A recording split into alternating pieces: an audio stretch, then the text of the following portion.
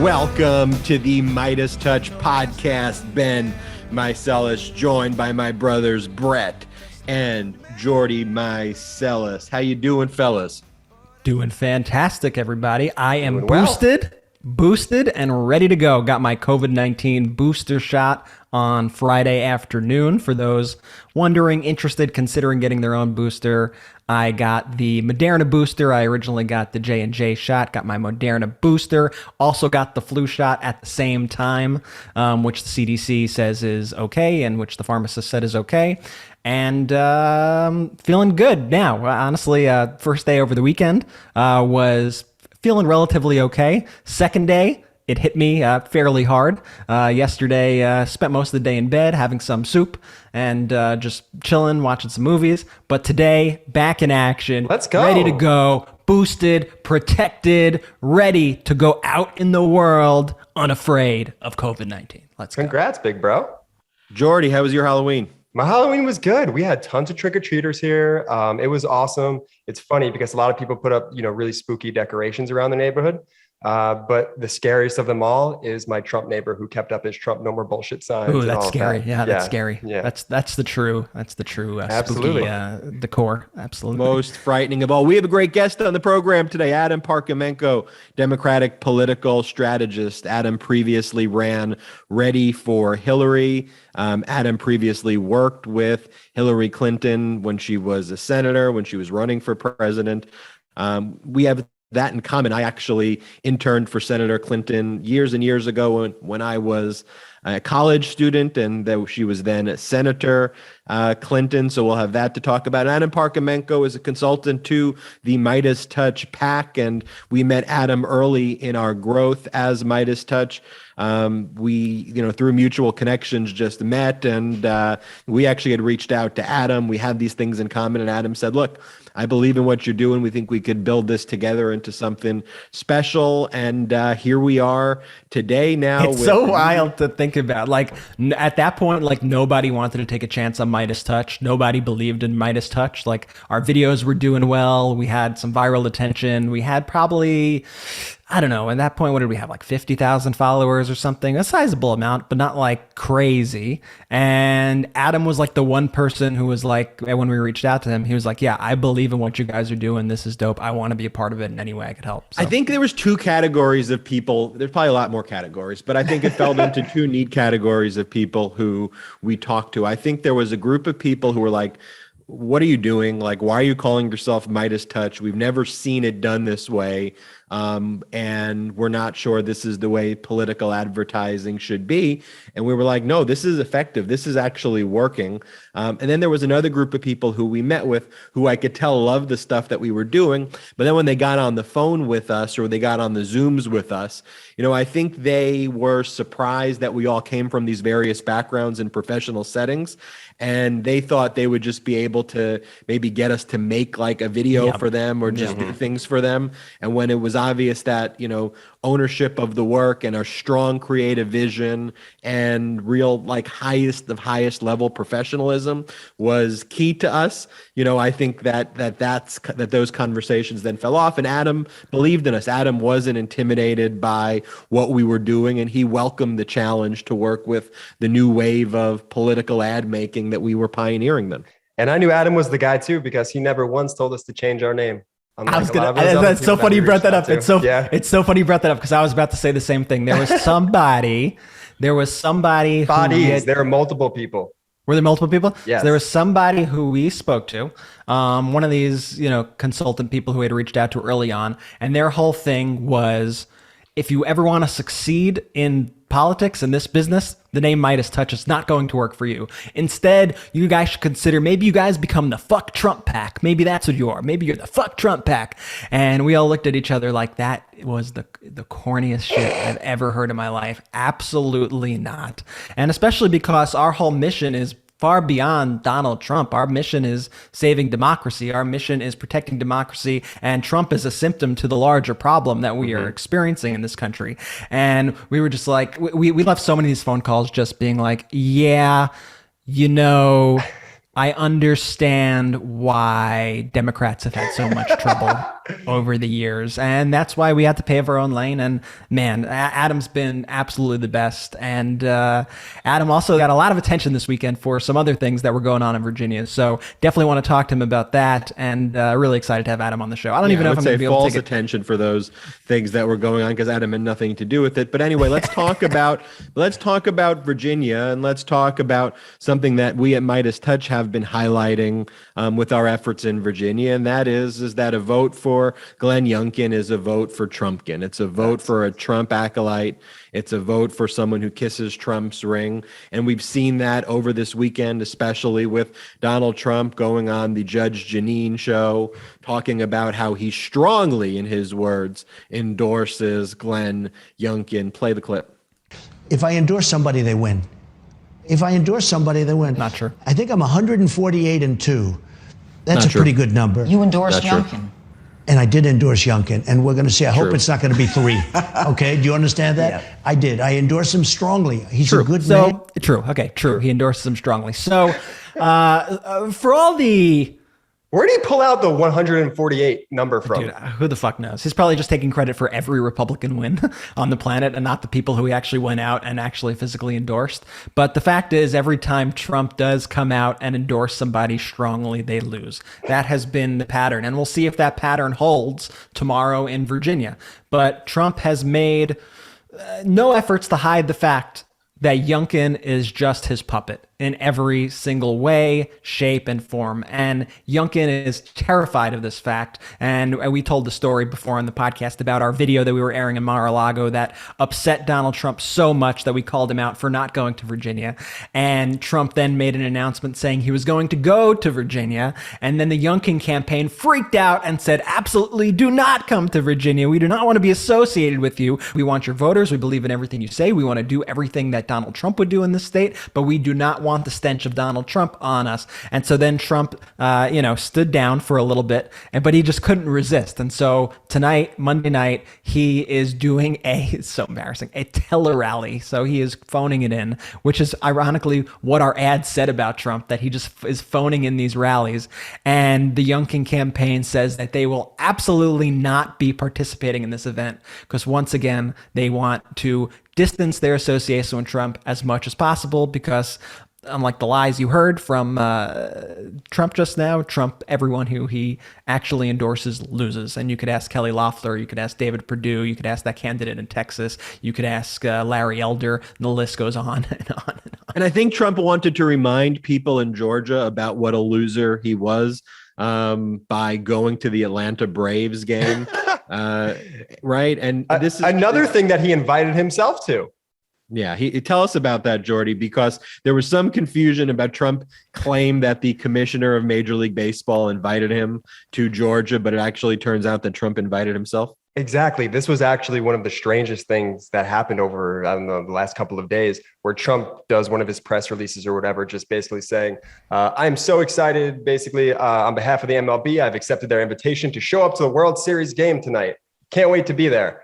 And I follow sports pretty closely. And all of a sudden, I noticed a lot of Braves beat writers and stuff like that were saying, what is this guy talking about? I don't know if the teams actually invited him. And sure enough, he made it up because I think it was the team president, then had to clarify saying something along the lines of, we didn't invite Trump, but we're excited that he's coming. Of course, we'd be excited for a former president to come, making it very clear that the Atlanta Braves actually did not invite him there.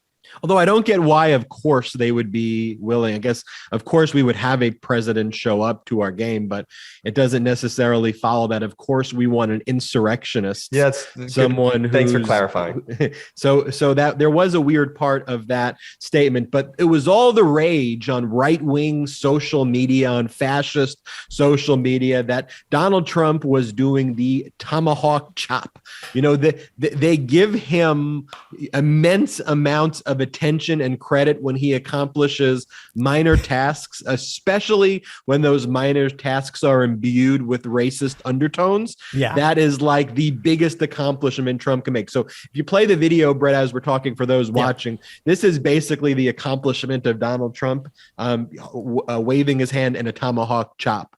And this was honestly, like, it's quite ominous. He tomahawk chopped it. Oh, the libs are going to be so pissed. This is going to own the libs so much. It's so crazy. First off, I don't even like, just Donald Trump making hand gestures like that with people around him making the same hand gesture is a very ominous sight to me, just in general, given who this man is. But putting that aside, the only reason that the right wing likes this is not that, oh, look, he's supporting Georgia and he's supporting the Atlanta Braves. The only reason that they like this and are pushing this and promoting it is because they know that, many people consider this to be a racist gesture, and they love that Trump is doing it, and they love that there will be liberals that will be upset by him doing this. It's the only reason, because their only real ideology is pissing off the libs. Owning the libs is all they do. Brothers.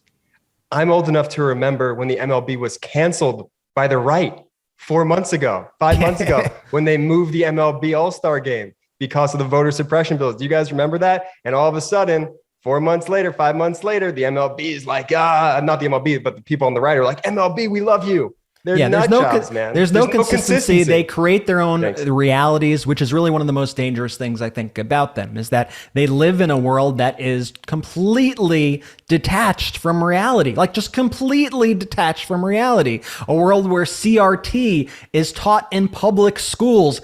It's not. A world where Trump won the election, a world where the insurrection was done by Antifa and the FBI. This is the world that these people are living in. And many of them actually believe this shit. And I think one of the most illuminating things is it's no secret that MeidasTouch runs the Truth Social account, which is the parody account associated with the Donald Trump's social media network, because he was too dumb and incompetent to lock down the Twitter handle for the Truth Social. And so MeidasTouch swooped in and got the handle. But on that handle, we have a couple good follows. We follow Clorox Bleach, because of course, when we follow, I think, ivermectin, and we follow Donald Trump Jr.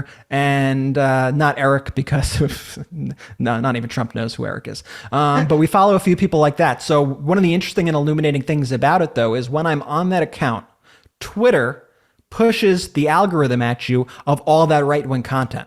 So you're getting fed Don Jr. tweets, Dinesh D'Souza, Jack Posobiec, Ben Shapiro, Joe Rogan You're getting fed just this endless bullshit, and you get to see what the right wing is talking about on a daily basis. And it's amazing how it is all just so detached from the truth. It is the very definition of disinformation, and it spreads at such a rapid pace, and they believe their own bullshit. That's one of the scariest things. And so you could see this weekend, Ben, what were the top stories in the right wing?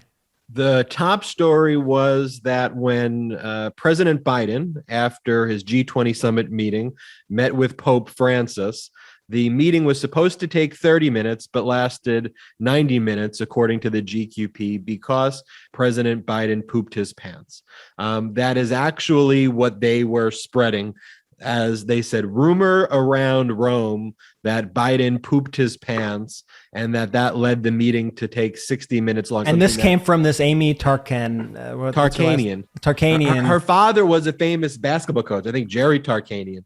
Is that her father? Related in some way. They are related. And she was the previous GOP chair of Nevada. And so she is just blatantly, if you look at her Twitter feed, one of the most vile people you could see in this planet. One of the most vile, disgusting, biggest spreaders of disinformation. This woman is absolutely disgusting. And why do they spread it, Ben? Like you said, the meetings, Trump's meeting with the Pope lasted 30 minutes. President Obama's meeting with the Pope lasted a little over 50 minutes.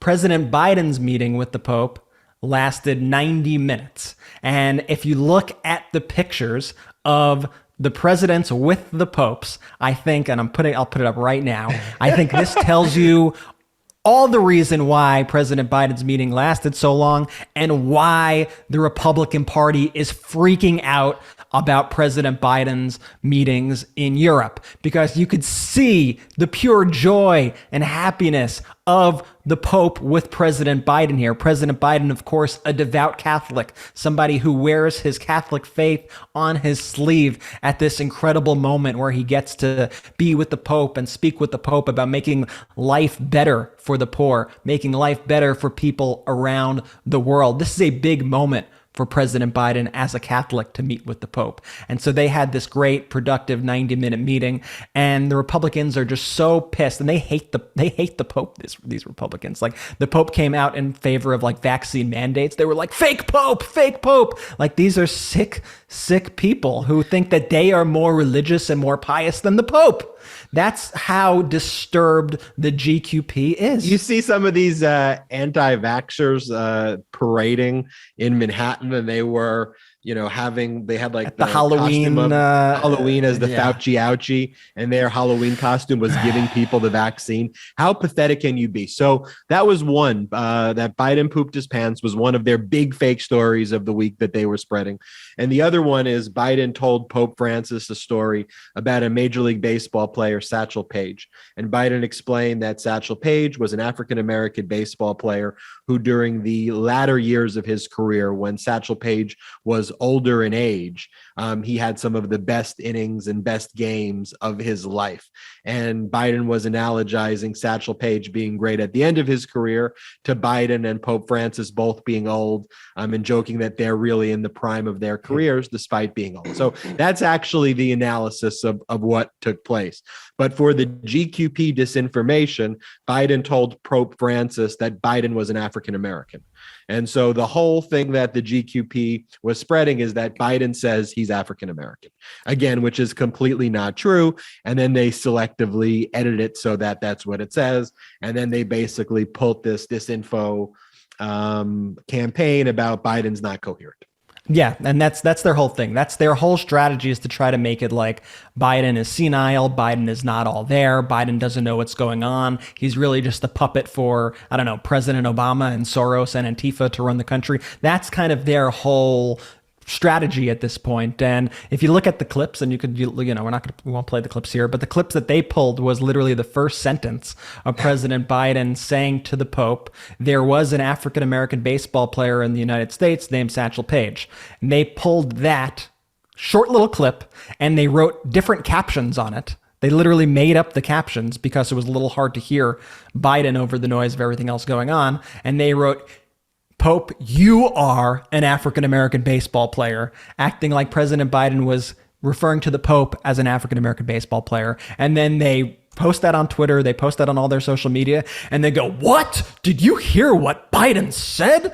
What the hell is going on with this guy? And that's how disinformation is spread. And why are we bringing up these stories? Because I think we need to tell you what we're seeing in the right-wing disinformation chamber as to just what's going on and how these stories are spread. So when you hear your crazy uncle at Thanksgiving in a few weeks spouting this shit, you know exactly where it's coming from. It's why you need a MeidasTouch to fact check every step of the way. It's why you need the Patriot Takes to fact check every step of the way to show and expose what these sick fascists on the GQP, on the right, are doing. And this is why I'm excited to talk to Adam Parkhomenko, because Adam Parkhomenko, before even linking with MeidasTouch, Adam Parkhomenko was very focused on how could the Democrats be more aggressive. I think we kind of make the perfect pairing with Adam in that we've kind of collectively have helped advance a strategy of how you can expose this right-wing GQP information. And that's why disinformation centers,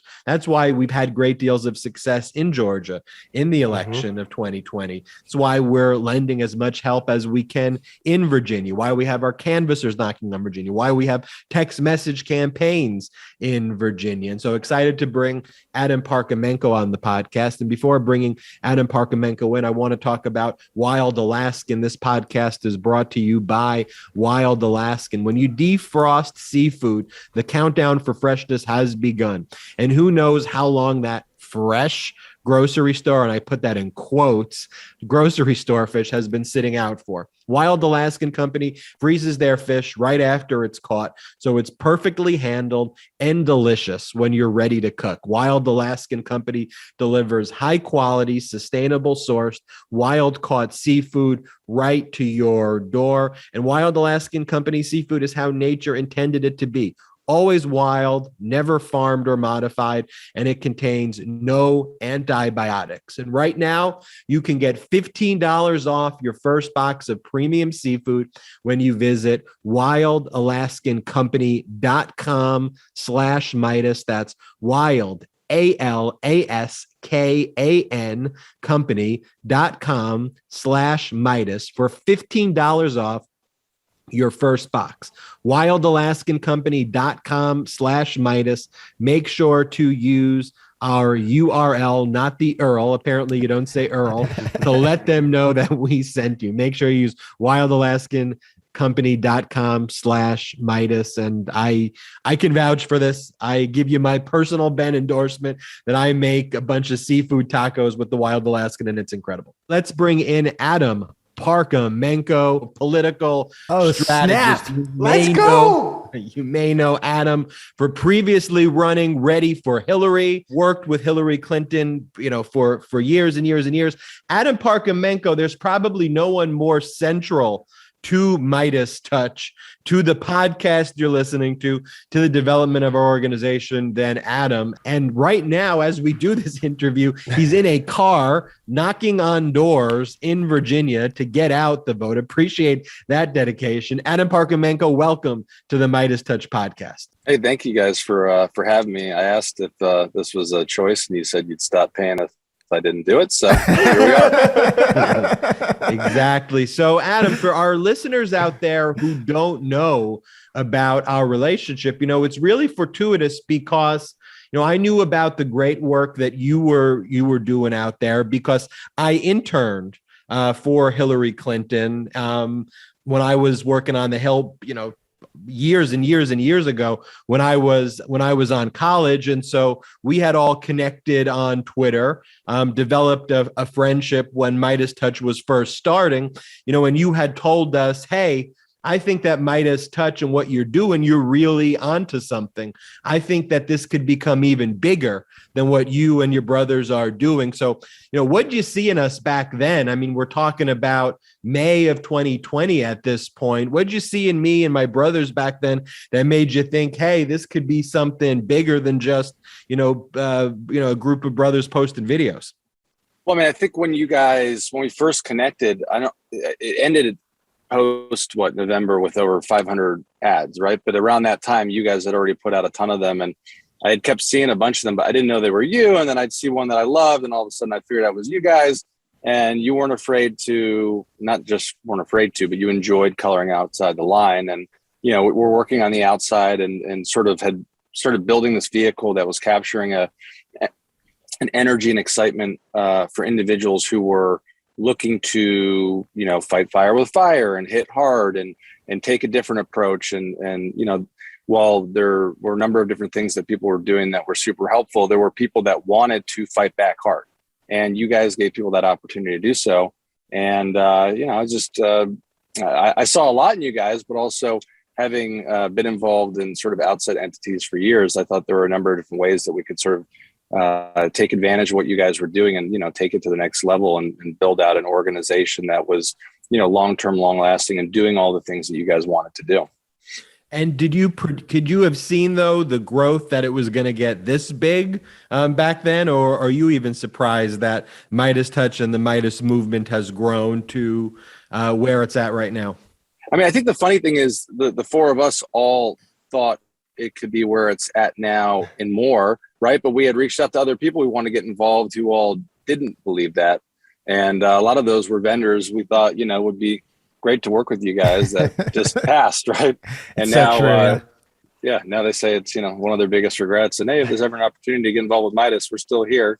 So I think you guys have sky's the limit. But the thing is now you hit a certain number this last cycle. And so you got to sort of beat yourselves and continue to grow there. Let's talk now about strategy. We've got, of course, the Virginia election coming up. What always surprises me is, the Republican Party at this point is pro-COVID.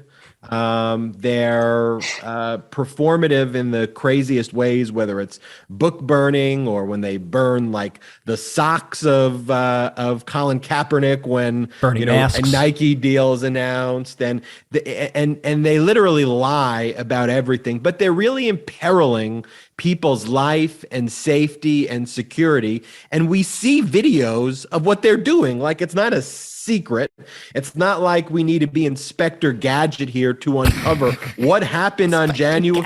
It's like what happened on January 6th. There's like video of it. Like, we know the danger these people pose, yet here we are in Virginia and it's close. It's a nail biter as we head into it. Why are these things nail biters? Is it a failure of Democrats to communicate the messages? Is it Democratic infighting? Is it Republicans are just great at lying and great messengers? All of the above. What do you think's going on here? I think it's two things. One, things always get closer as you get towards an election. A lot of people haven't been paying attention to this, while a number of kind of folks like, all of us and folks we tend to talk to every single day have been paying attention to it for a long time. It's just, people are actually having to go to polls tomorrow outside of the early voting, and they have to make a decision and do this. But also Republicans are really good at what they do, even though a lot of what they do is, end up creating chaos and sowing, doubts and division and, things like the border that leads to, a mass shooting in Pennsylvania, right? So like the outcome of things that they do have terrible impacts on all of us. But in terms of the campaigns, they have created, 3 issues that, from the school boards and other things like that literally are bullet points now on the stuff that they're handing out. And you go door to door and they're driving the message, even though they're made up issues. These are the things that we're talking about, right? When Terry goes and is doing an interview, is getting asked about, like CRT and other things like that, where, 80 kind of fake parents that are getting paid are showing up at places because some outside organization is trying to create a ton of chaos that then turns into something at the doors. So I think that's why it's close. But at the same time, 2 big things. One, early voting and vote by mail. These are things that Republicans attacked for years and years that they're now using, and they're now pushing their voters to do. So they're eating into some of the votes that we would typically bank up early, which, still looks good, though, in terms of some of the numbers that have been coming out for Terry when early voting ended on Saturday. And then, the rest is sort of just up in the air. We could wind up in a position where, Terry wins by 3, 5, 10 points, and everyone comes back and says, oh, Democrats are wetting the bed. But in reality, on any given day, especially when there's polls coming out, that's a snapshot on that day and that given time. And things do always get close, but that doesn't mean that's where it's going to wind up on election day. And Adam, what I love about you and for our listeners out there is that, first of all, Adam is in the car right now. I just want everybody to know that. Adam is in the car because he has been knocking on doors. Really, every day I've spoken to you this week, you've been knocking on doors. How's everything looking on the ground? I think this probably this most recent weekend was the best weekend yet. It's Monday, obviously, and we're out here today, and nobody's home. But yesterday, lots of people were home and very supportive of Terry.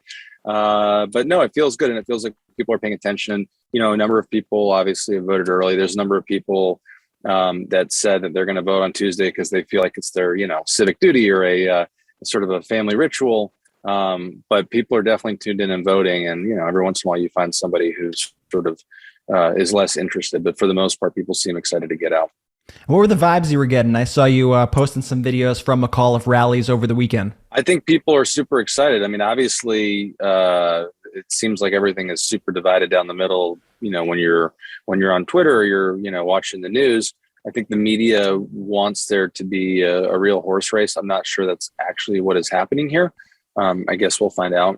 Probably less than 24 hours. I think probably my biggest concern is whether or not all those ballots that got mailed in end up, counting in time, but some of that remains to be seen. And I think that people sort of will have to kind of just be cautious after 7 p.m. tomorrow when the polls close, because there's a good chance some of those votes in Northern Virginia or Fairfax might come in a bit later. And it may seem like Youngkin's got some early lead, but the reality is the race will sort of take shape as the votes from Fairfax are counted. Now, Adam, you were at the center this weekend. I'd be remiss if I didn't ask you about this. The center of a scandal this weekend. I don't know what was going on, but so let's put our thoughts aside on the Lincoln Project stunt that they pulled over the weekend with the tiki torches in front of the Glenn Youngkin bus. What I want to talk about right now is the fact that everybody on Twitter seemed to be blaming you, Adam Parkhomenko, for this effort. And I have spoken to you every single day this week. We are in communicate. It's weird for me to even be interviewing you right now, honestly, because we just speak. Like, this is just so bizarre. But we speak all the time. I knew that you were just going door to door, knocking on doors, doing everything you can to get out the vote for Terry McAuliffe and Democrats up and down the ballot. And suddenly you were being accused by the right wing. You were in this disinformation echo chamber where Adam Parkhomenko was the mastermind behind this whole thing. What, just break it down for us. What the hell happened, and what kind of messages were you receiving as a result of this? I just want to kind of let people know the danger of this disinformation and how it impacts just like an innocent person who's trying to knock on doors and get out the vote. So I was basically, I think I was in Tyson's corner. I don't know, it was like around noon, 1:30. And my phone started like blowing up. It's obviously it's busy every single day, but this was like kind of like crazy stuff. And, my parents reaching out to me saying, hey, what are you doing in Virginia? And apparently it was alleged that I had organized 5 individuals to dress up like Nazis outside of the Youngkin campaign bus with tiki torches. And that wasn't true. And I wasn't involved. And actually I had shared the image through much of the morning when I found it on Twitter and saw Terry's team pushing it out because it was an outrageous image. But I had no involvement, despite the fact that there was apparently a thread from somebody who, writes on the right and was claiming that not only did I organize it, but they had receipts, which they never provided. He clearly saw it. It's one of the things we've been speaking about on this show today is this disinformation that's spread by the right, and they latch onto something as if it's fact, and then they just run with it. it. And it's just so crazy that you were the target of this. And it was literally like, 5 minutes later, Ben Shapiro shared it. And it just, as we know about lies and the way they travel around the world. So there was never anything else after, the news that Lincoln Project did it that came out and said, oh, I didn't do it. Despite all the reporters who reached out to me and, took my word and never once falsely reported anything. They still never, tweeted out that I had nothing to do with it or anything like that. So there you go. I'm still getting people on Instagram and other places. And it was just like literally there was Adam Smollett in a bunch of the comments and, someone suggesting that I should be hung and all sorts of other stuff. So that's wonderful. They're wonderful people on that side. And by the way, the worst part of all of this was like there were young organizers whose pictures were posted online who didn't look like any of the individuals in the pictures. I spoke with one of them and he was like, I clearly have a much better beard. And not a single one of those individuals who were doxxed and trolled were in that, and none of them were part of the party or the coordinator or the Terry campaign. So I haven't seen any apologies about that either. I love that they use that as their evidence too. They go, well, they locked their profiles after they were caught, so they're guilty. It's like, yeah, because they were being harassed and getting death threats every 3 seconds. Like totally. You would lock your profile too if all day you were just having people tell you that they want to hang you, that they want to kill you. You would do the same exact thing. That's not guilt. That's protecting yourself and your family. Yep. It was insane and outrageous. And, but anyways, they will all go on to do great things because once you live through that once, as you guys know, the next time is much easier. Totally. Adam, why do you think Youngkin is so afraid to be associated with Trump? And Trump is not helping things. Trump gave a full-throated endorsement of Youngkin just last night, and they're doing this tele-rally because Youngkin doesn't want him to actually show up in the state, and then Youngkin is refusing to even participate in the Trump rally.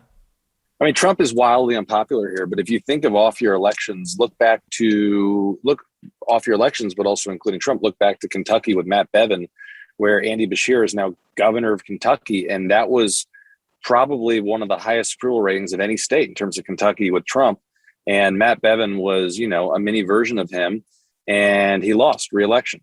Trump, obviously did not win Virginia, but Republicans have been losing ground for years and years. specifically, in key areas where they need votes, like Prince William County and other places. So it's a huge problem. I was, to the point where I was almost crying laughing when I saw the Trump statement about coming to Arlington. I think Joe Biden won Arlington like 80 something to whatever, you know what I mean? So it's like, come on, man. Like, as Rachel Vindman said, she'll happily pick him up at the airport despite what he did to her family. Hey, Adam, on a much lighter note here, as Ben mentioned earlier, look, we've known each other now for about a year and a half, and it's been incredible. You know us better than I think most people know us. Who's your favorite Meidas brother? Brett, because I came out to California and without hesitation. Without hesitation. Ben was too busy to meet. The chat is not happy about this. Ben was too busy to meet, and you live a couple hours from me, and I still have never met you. So that's okay. Well, Adam. On that note, I just want to say, man, we've known each other over a year and a half, and getting to know you has been honestly one of the highlights of my life. You are such a genuine dude. I truly consider you the fourth Meidas brother. Like, you do the crunches, you do the work, and you do it with a great attitude. Just can't thank you enough for everything, man. So it's just been a pleasure getting to know you, and thank you for Jordy everything. Trying to get number one. I was gonna say, and I do a second favorite brother there. I gotta sharp elbows, man. Gotta get I'm in all, there I'm all about actually actions, not just words. Yeah, let me actually try to ask a question, Adam. I think one of the reasons that you were possibly blamed. This is where the deposition is beginning. I think one of the reasons you were possibly blamed for what happened in Virginia, though, is because you have developed a reputation for being aggressive, though, with your political strategy. What I like about you, though, is you're aggressive, though, but you're smart. Which is why I also, I also often know when it's an Adam thing and when it's not an Adam thing by, how politically savvy it is, because you are aware of the different kind of crosswinds that exist in politics and where to push and pull. But I think Democratic strategists in general for far too long have gotten railroaded by Republican strategists on all types of campaigns. You think about what happened in swift boating, with John Kerry.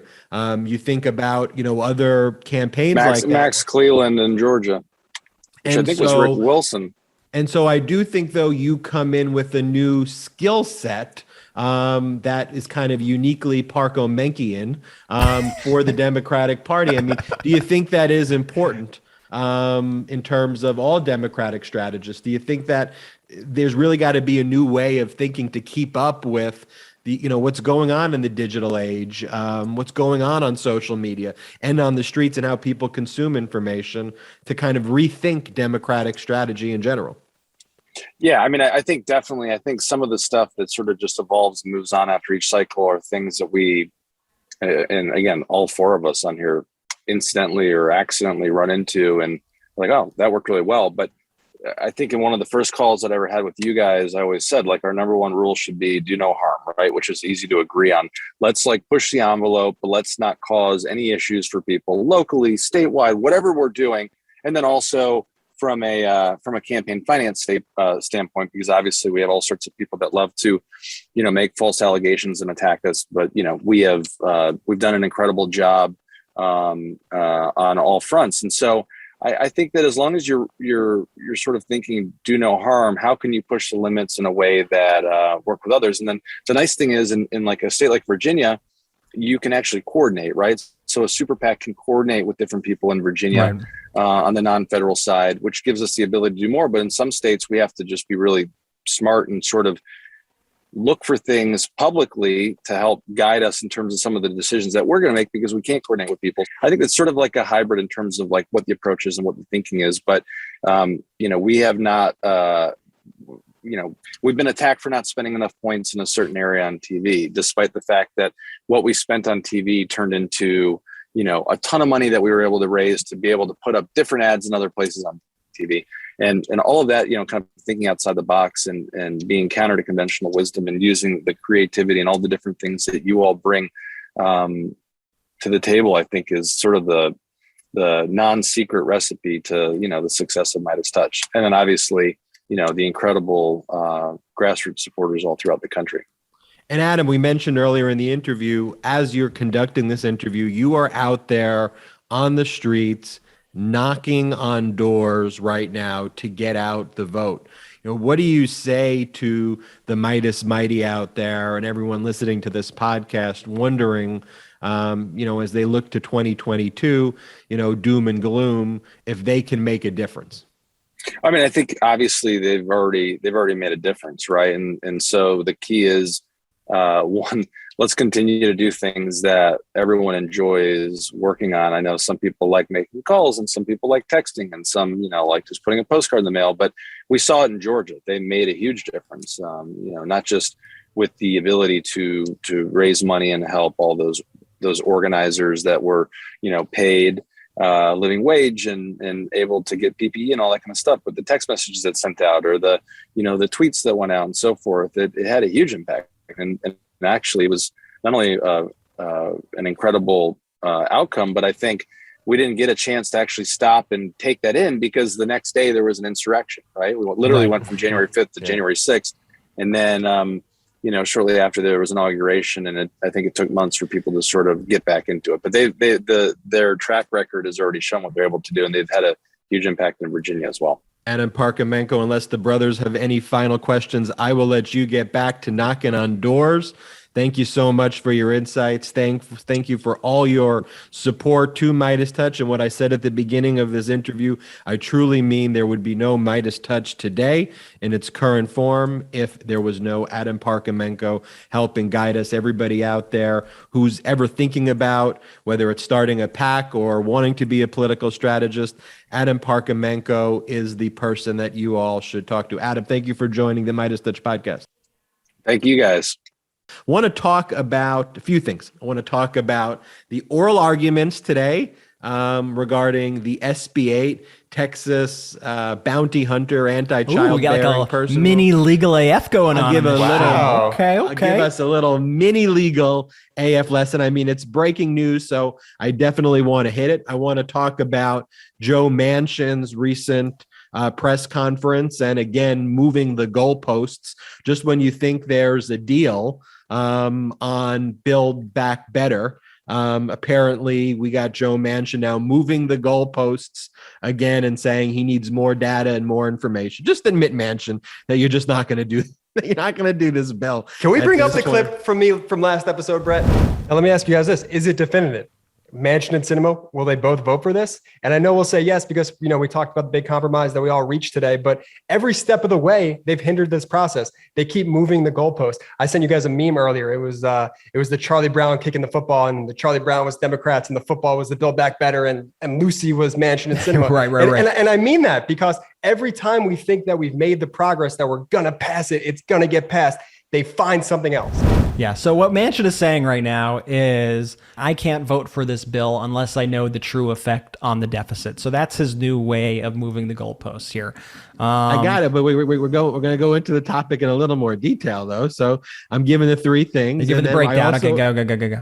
And then I also want to talk about this bizarre, but I guess nothing surprising tweets back and forth between Lauren Boebert and Matt Gaetz, each talking about blowing up metal detectors in the Capitol building, because that's really normal behavior from politicians who are supposed to carry the words honorable before their name. But before getting into those three stories, I want to talk to you about BetterHelp. This podcast is brought to you by BetterHelp, H-E-L-P. Is there something interfering with your happiness or preventing you from achieving your goals? We all have roadblocks, and mental health is a serious issue no matter what you're doing. And sometimes we all need to have that pause where we can speak to true professionals to also kind of work on our mental health in addition to all the other work we try to put to make ourselves better. BetterHelp will assess your needs and match you with your own licensed professional therapist. You can start communicating in under 48 hours. It's not a crisis line. It's not self-help. This is professional therapy done securely online. There is a broad range of expertise available, which may not be locally available in many areas. The service is available for clients worldwide. You can log into your account anytime and send messages to your therapist, and you'll get timely and thoughtful responses. Plus, you can schedule weekly video or phone sessions, so you won't ever have to sit in an uncomfortable waiting room as with traditional therapy. That's one of the things that I really like about it, is that I can do it privately and discreetly and not have to be in waiting rooms. BetterHelp is committed to facilitating great therapeutic matches, so they make it easy and free to change therapist if that's what you need. It's more affordable than traditional offline therapy, and financial aid is available. BetterHelp wants you to start living a happier life today. Visit their website to read their testimonials. They're all great. BetterHelp.com/reviews. One positive review after the other. And if you don't want to take it from them, take it from me. I use BetterHelp, and this has been very helpful for me during these difficult and uncertain times when I need a quick break to speak with a health professional.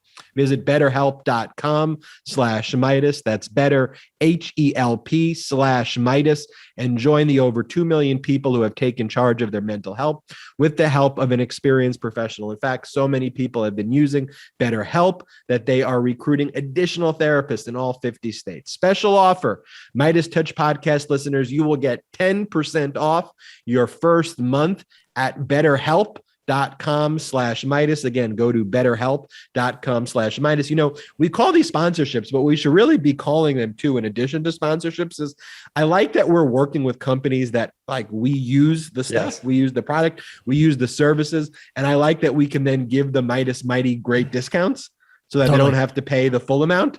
And that's what I love about all of our sponsors. Okay, I'll talk about SB8. Brett, I know you were itching to talk about Manchin, and then Jordy, we'll let you talk about Gaetz. You got to break down that sounds great. Break down what's going on with SB8, because I was seeing a lot of commentary this morning on some things that Amy Coney Barrett was saying, some things that Kavanaugh was saying, and it seems like the Supreme Court seems to be turning against the SB8 law. But you're the attorney, so break it down for us. So let's be clear that on the docket today, as we're recording this podcast and going live November 1, but whenever you're listening to this, this is the date that oral argument took place earlier today. And the oral argument was not really on the substantive issue over SB8 so much as it was, can the federal government basically start a case to stop the states from violating the Constitution? So it's not really going into the merits on the constitutionality of Roe v. Wade and the precedent of Roe v. Wade. Roe v. Wade and the right to an abortion is a constitutional right. It's not specifically stated in the Constitution, but Supreme Court precedent dating back to Roe v. Wade has found that right is enshrined in the Constitution. There have been other cases like Casey in the 90s and others that make this very clear. There's a case that's going to be taking place in the December docket, right around the 1st of December, which will be dealing with a Mississippi law that would ban abortions after 15 weeks. And so there, the constitutionality of that law, the validity of that law substantively is going to be on trial. This is really based more on the procedural posture of, can the federal government jump in and do what it's going to, what it's doing here?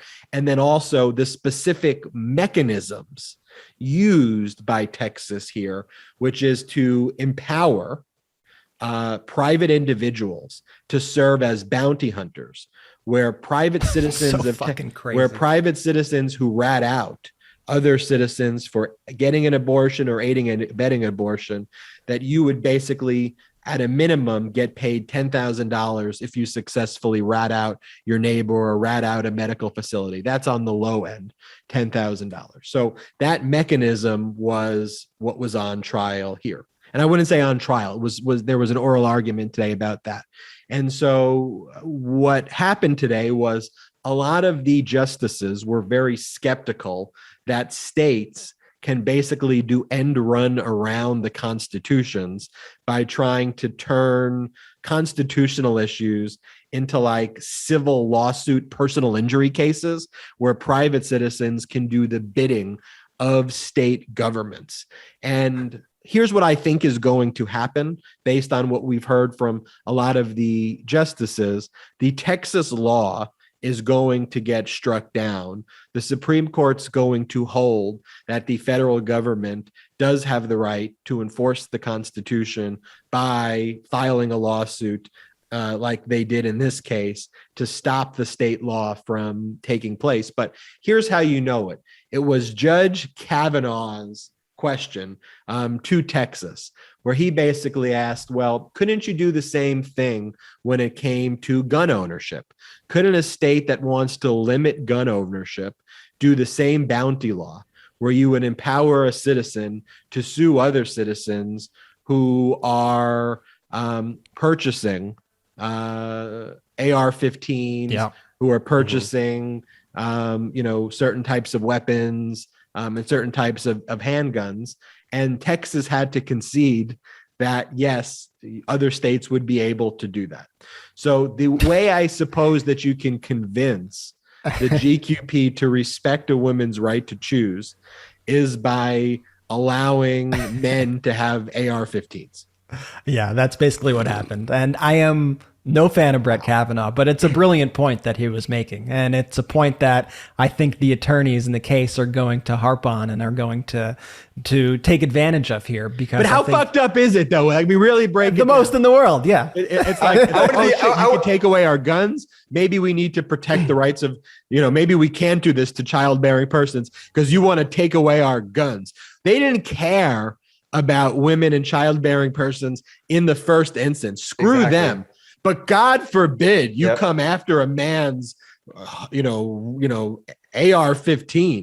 or AK-47 or, other weapon that, is not used in a hunting setting.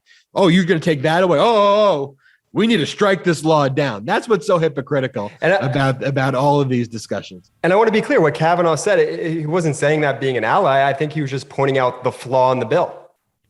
He just let them know, hey, you guys have to rewrite this in a different way. He's saying it as a justice who's trying to make a ruling on the law, but through his conservative framing, which, he doesn't want the conservative rights to be stripped away, which is this gun ownership and this, he doesn't want California, for example, to be able to say, oh, if you're outraged over guns, then we give you the power. You could sue so-and-so if they have an AR-15 for 10. Once you start deputizing citizens in this way, it is so unprecedented and it is so supremely fucked up, for lack of a better legal term, that even somebody like Kavanaugh knows how big of a slippery slope this is and how this argument could be used as precedent to strip away things that they care about much more than the rights of women, which are AR-15s. Right. I couldn't say it better. So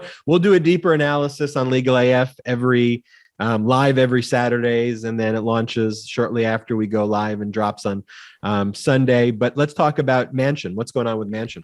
So Manchin came out today and he said that he will not vote on the Build Back Better bill unless he gets more clarity on the how this bill will add to the deficit. So this is Manchin once again, as Jordy said, this is Lucy moving the football in the peanuts. This is him once again moving the goalposts here. I guess he's saying that he won't vote for this thing unless he gets some sort of CBO score, some other sort of actual study that says the effects on the deficit. But this is just so disingenuous for Manchin. He's basically pinning this all on the progressive wing of the Democratic Party, and it's not even the progressive wing. It's everybody in the Democratic Party except for him and Sinema.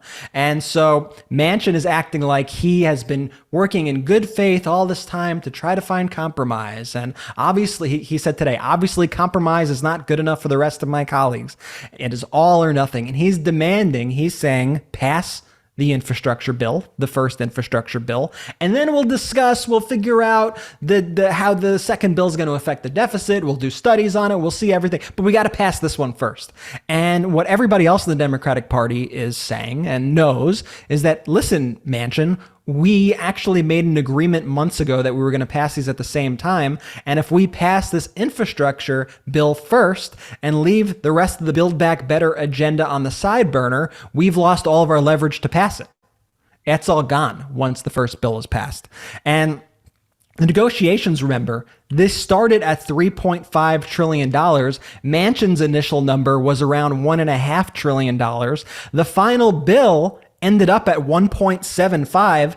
Sounds like a compromise to me, and sounds like something that was a compromise that leaned much more in Joe Manchin's direction than the rest of the party. So Joe Manchin is being completely disingenuous here. It is no surprise that he is blowing up this bill, but we need to keep the pressure on him, keep the heat on him. I think this was just disgusting behavior by Manchin, and it is showing us why we need to continue to elect more Democrats and make this guy irrelevant. I don't know about you. I don't remember ever voting for Joe Manchin for president of the United States. None of us did, okay? None of us did. The fact that this guy is working so hard for billionaires and not for the people, not for the 300,000 people in West Virginia who are suffering from poverty, but the 0 billionaires who live in West Virginia. He's fighting for them, putting their interests over the rest of his state. I just think it's disgusting, and we need to make this guy irrelevant. But here's what we need to do. We have to, though, as Democrats, though, understand the process, though, here, unfortunately. Totally. And the fact that Joe Manchin is a Democrat, okay, allows the Democrats to have a majority with the tiebreaker of Kamala Harris as VP in the Senate, allows us to have Chuck Schumer as a majority leader. And what that means, most importantly, is the ability to appoint diverse, normal judges. Okay, I can't stress enough. One of the things that Biden's done incredibly well has been to appoint a record-breaking number of federal judges to the district court, to the circuit courts. At the fastest rate of any president, by the way, in the past 50 years. And that is going to make such a huge difference. And so what do we do as Democrats? Well, we got to elect more Democrats.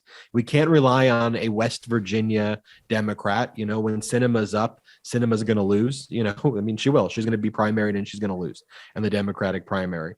But we need to elect more Democrats. We can't now be so disenchanted that we allow GQP to win and get 0 of what we want. In fact, get negative of what we want. You know, sometimes I rather take 6 out of 10 of what I want than have 6 out of 10 that I have taken away from me, which is what the GQP, it's not even going to 0. Like, you get a Trump, you get a GQP administration. They're not even these discussions of getting close. A GQP administration, it's so simple to be a GQP administration. All you got to do is do nothing. Tax cuts for the billionaires and then do nothing. Period. Create a bunch of mess, then blame the Dems. Anyway, Jordy, speaking of crazy GQP, tell us about what's going on with this Matt Gaetz, Lauren Boebert situation. Brothers, this was one of the strangest developments from the weekend. So Gaetz is at a GQP rally. Well, I guess it's not so strange if you're Matt Gaetz or Lauren Boebert. But Gaetz is at a GQP rally for this political guy, Anthony Sabatini, I think is how you pronounce his name. And, you know, crazy MAGA Q. Crazy. Kudos to Patriot Takes for unearthing this stuff, man, because I would never want to dig through the stuff that they dig through. And basically, they found this video of Matt Gaetz talking about blowing up the metal detectors in Congress with tannerite or C4. Brett, I think we have the clip. Can you play it? My friend Lauren Boebert from Colorado, they put in metal detectors on the floor of the House because it's like a 5'0" woman. She carries a firearm for her personal protection. So, they got triggered by that. I said, man, is it tannerite or C4 we want to put in those metal detectors when we blow them up and we take them to charity? Yeah. So that was Gaetz at this GQP crazy rally, met with applause, talking about blowing up these metal detectors in Congress. He then tweeted out, if you can't fantasize about blowing up useless metal detectors with @Lauren Boebert at a Florida Halloween political rally for Anthony Sabatini, when can you? To which Lauren Boebert then quote tweeted and said, I'll bring the tannerite. You have these Congress people just talking about blowing up metal detectors in Congress. There's no other conclusion to reach in this instance. So obviously people are like, holy shit, they're just outwardly talking about blowing things up in Congress. Oh, this kind of feels like a January 6th. So I think Lauren Boebert started to see this on Twitter, and then she quickly had to issue a correction tweet, which was not a good correction tweet, by the way. She then says, to the fools who think this would be done inside the Capitol, get a life. The metal detectors are useless, and we are getting rid of them when Republicans take back the House. Fuck you, Lauren Boebert. You're a crazy person. One, that's not a coherent tweet at all. What do you mean by to the fools who think this would be done inside the Capitol? You said that's what the conversation was about. What other conclusion is there to reach in this instance, you weirdo? I remember this is all because Lauren Boebert and her cohorts want to bring weapons onto the House floor. That's why they don't want metal detectors there. And I think the people who have been implicated in an insurrection, implicated in an attack on the Capitol, one of the most gruesome, one of the most horrifying attacks on American soil in our history, personally, I don't think those people should be bringing weapons onto the floor of the House or the Senate in the Capitol. That's just me. And I think joking about this, it's not a funny joke. It's not funny. People died, people lost their lives, people are injured, people's lives are forever changed due to the events of January 6th. And joking about blowing up a building or part of a building that was attacked on January 6th, I think is just, you're unfit to be a representative if that's what you're doing. And I think these threats do need to be taken seriously. I think these are dangerous people, and they're representative of the Republican Party and all their beliefs. And I think we need to understand that that is really what's at stake here also with, like, you know, when we were talking about Manchin, right? If you're going to back out of the Democratic Party because you're pissed at Manchin and you're going to blame his actions on the rest of Democrats, and then you're going to say, oh, because of Manchin, I'm not voting next year, or I'm not voting. Guess what you're doing? You're giving power to Lauren Boebert to take out metal detectors from the Capitol. You're giving power, you're giving the speaker's gavel to Kevin McCarthy, or worse. That is who you are emboldening if you start sitting out elections because you are pissed off at this one asshole from West Virginia. And so that's why we need to continue to fight. That's why we need to do everything we can to make people like Manchin and Sinema irrelevant, because our democracy is on the line. And that's why I also think it's so dangerous what Manchin is doing. I think he is playing with fire here because our democracy is at stake. And what he is doing to the electorate, I think, is extremely harmful. But we're going to have to overcome this. We just are. It's one of the hard parts about governing. One of the hard parts about governing, one of the hard parts about being a constituent, about being an American voter. You know, you put your heart and soul into these elections, and then your politicians sometimes let you down. But when they let you down, you can't give up. When they let you down, you have to work harder. There's been a lot of great things accomplished already with your great effort. There's been a lot of Trump horrible authoritarian policies that have been overturned. There have been a lot of great judges with diverse backgrounds who were appointed. There's been a lot of great new executive orders implemented. America, as we look at the G20, is respected again on the international stage. I don't, and you don't, wake up every single morning fearful of a Donald Trump nuclear assault on the country or him tweeting something. You know, I have worries, of course, about the trajectory of our country, but that daily Trump trauma, at least for me, the way it was in 2020 is not there on a day-to-day basis. But we have a lot more work to do. If you are listening to this when it's live, if you are listening to this while it is Tuesday, November 2nd, and there's still time, make sure you're doing anything and everything you can do in Virginia. Contact anyone from Virginia that you know. Just whatever you're doing, that's the most important thing you could be doing right now if you're listening to this podcast on November 1st, on November 2nd. As Adam said, Adam's out there knocking on doors. himself. Do whatever you can do to support efforts. Check out the MeidasTouch feed, as we also provide ways that you can help out. Special shout out to everyone who showed their MeidasTouch merch that they got from the MeidasTouch merch store. Jordy's wearing it now. We love when you share your Meidas merch photos. We love to retweet it. Make sure you at MeidasTouch when you post it, or one of the brothers, so we can see it. We get lots of tweets, so sometimes we miss it, but we usually get it and we usually can come back and find it. But if we see it, we will do our best to post you wearing MeidasTouch merch. And make sure to support our sponsors, Wild Alaskan and BetterHelp. It's with sponsors like that we could keep the show going. So make sure you check out Wild Alaskan. Make sure you check out BetterHelp. And please, if you see them on social media, give a special hello to Wild Alaskan or BetterHelp on social media and let them know that you heard about them from the MeidasTouch podcast. And of course, give this podcast a 5-star review. 5-star reviews help with the algorithms, continue to push this into one of the most listened to political podcasts that there are. And make sure to share this podcast with friends, family, colleagues to keep this movement and momentum going. It's been such an honor and pleasure sharing this hour plus with you. We'll see you same time, same place later in the week. Wish you all the best, and let's go, Virginia. Wait, post-credit scene real quick. So, brothers, we have a movie coming out on Thursday. The Supporters Movie. Yeah. So our movie drops this Thursday, everyone. thesupportersmovie.com. That's thesupportersmovie.com. Check it out. For those wondering, I've had some people saying, where do we watch the movie? Where do we watch the movie? The answer is everywhere. So you follow us on social media, you follow us on Twitter, you subscribe to our YouTube channel, you follow us on Facebook. It's going to be available on all those platforms. And additionally, when you go to our MeidasTouch store, where you buy all of our merch at store.meidastouch.com, we'll be giving you the option to download the movie yourself, which is super cool. You literally will just download the file to your computer. You could then watch it on your computer, stream it to your TV, do whatever you want. But our whole thing is, hey, we got to get this movie out to our people. We love everybody who supports us, and let's just have as many people watch this thing as possible. And we think it's a hilarious movie with importance to it, and we're excited to get it out.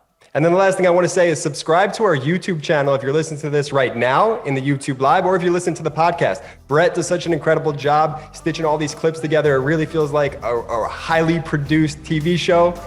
We get a lot of compliments from the YouTube folks. So check us out on YouTube. It's MeidasTouch on YouTube. Subscribe today. And we love you guys so much. Shout out to the Meidas Mighty!